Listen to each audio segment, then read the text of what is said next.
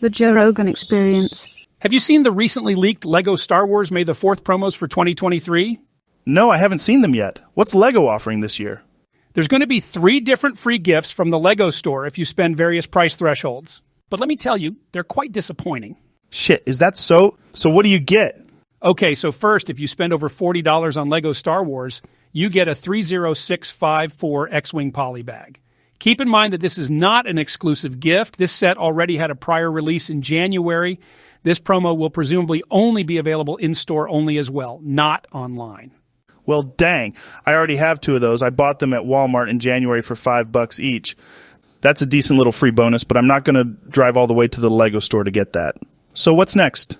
Next up, if you spend over $85, you get the return of the Jedi 40th Anniversary Collectible GWP. What exactly is that? What am I looking at here? It's essentially a transparent blue piece of plastic with 2 coins that come in a tiny black box. The fuck?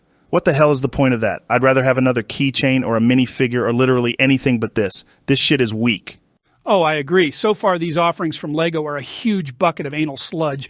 The 3rd GWP is the best of the batch, but it's nothing to get hyped about. Yeah, I'm not too excited about these promos so far. What's the 3rd one? The 3rd gift with purchase is the most substantial of the bunch. It's the 40591 Death Star 2, which is a miniature model of the famous galactic battle station. It's got about 200 pieces or so and looks okay, but you need to spend over $150 to get this little gray orb. Wow, so that's it? God, this is underwhelming. I think it looks okay for something of this scale, but I'm not crazy about all those big gaps in between the pieces. It's basically a gray ball of plastic with some gaps in it. I noticed that the green laser beam uses a solid green flower stem piece to make the converging laser beams. It just sucks that that piece is solid green instead of transparent green like the rest of the laser. They kind of cheaped out on that bit, but since this is a free set, I guess you can't really complain. Yeah, I agree that it would have been much more slick if they made that part transparent. I will admit it is a nice parts usage, though. It does the job nicely for this scale. So in the previous year's May the 4th promos, there were also some double VIP points deals. Are there any deals like that for this year? There are some. You can get 2 times the VIP points for all LEGO Star Wars purchases, and there will also be 5 times the VIP points on select Star Wars sets. Oh shit, that's awesome! Which sets qualify for 5 times the points? It only applies to 4 sets, unfortunately. 75323, the Justifier, 75325, the Mandalorian's N1 Starfighter, 75334, Obi-Wan Kenobi versus Darth Vader, and lastly 75343, Dark Trooper Helmet. Seriously? All 4 of those sets were severely overpriced, but even with 25% back in VIP points, it still seems like expensive poo dump. I agree. That offer smells. It's blatantly obvious that these LEGO sets have sold poorly over the past year, and LEGO is trying to offload them with some freebies to go along with it. But even with the promotions, the value is still quite poor. And what really stinks is that the 5 times the points is only available in store. What a joke. I'm not going to drive to the mall, wait in line outside the store with a bunch of dorks and their jackass kids just to get a few extra points on some dog shit sets.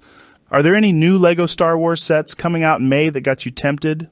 Probably just one set, 75352 Emperor's Throne Room. Of all the Star Wars diorama sets, this is probably the best one released thus far. Word, I completely agree with that statement. I love the technique they used to make the large window. When I first saw it, it took me a while to figure out how it was built. And that's what makes it a good LEGO set. It piques your curiosity when you look at it. I also like Luke's new hairpiece. It really captures his haircut from the 1983 film. It reminds me of a phase in the 80s where I had hair similar to Luke. Oh yeah? I thought you always had a Jerry Seinfeld mullet. I mostly did sport a curly mullet, but I only had my hair straightened temporarily so I could cosplay as Scott Baio from time to time. Nice. Anyways, getting back to the LEGO sets, I'm not particularly impressed with the other new Star Wars sets. That new UCS X-Wing has been a letdown. It's $240, and let's face it, it's not much more detailed than the $50 model. It's chunky, there are some exposed studs and gaps on the side, and it's kind of strange how there is a minifig scale R2-D2 on the ship. It's almost minifig scale, but not quite. At that point, you may as well get the smaller minifig scale set for 50 quid. It just doesn't make sense to spend 5 times more on this big old hunk of junk. Cha, dude, this UCS set has been deemed a fail by the LEGO Star Wars community. I don't even care if it was on discount in 6 months from now. I just don't want it. Yeah, I'm probably going to pass on this year's May the 4th promos. There's no incentive to buy anything. Well, thanks anyways for sharing this information with me. It's my pleasure. May the 4th be with you. And also with you. Yee. Okay, calm down, buddy.